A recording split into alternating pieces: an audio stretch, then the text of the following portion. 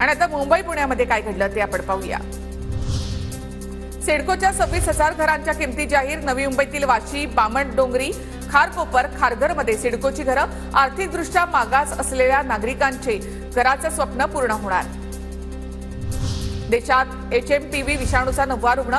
मुंबईमध्ये 6 महिन्याच्या मुलीला HMPVची लागण। पवई इथे हिरानंदानी रुग्णालयामध्ये 6 महिन्याच्या बाळाला संसर्ग झाल्याची माहिती।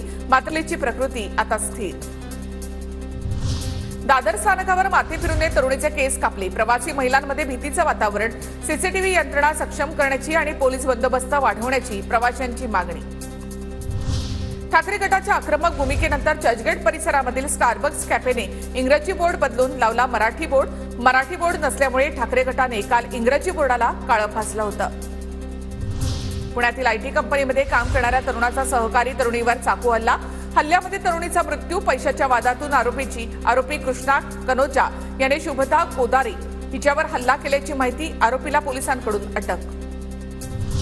पुण्यातील शाळेमध्ये चेंजिंग रूममध्ये मोबाईल ठेवून रेकॉर्डिंग केल्याचा प्रकार। पाषाण भागातील नामांकित शाळेमधला धक्कादायक प्रकार।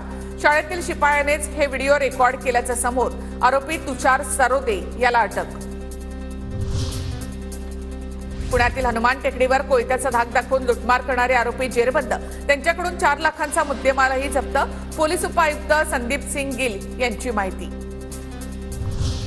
शहरी नक्षलवाद प्रकरणामध्ये अजूनही दोघांना जामीन मंजूर। रोना विल्सन आणि सुधीर ढवळे यांना मुंबई उच्च न्यायालयाचा दिलासा। प्रत्येकी 1 लाखाच्या जात मुचलक्यावर जामीन। मुंबई बाहेर जाण्यास मात्र मनाई।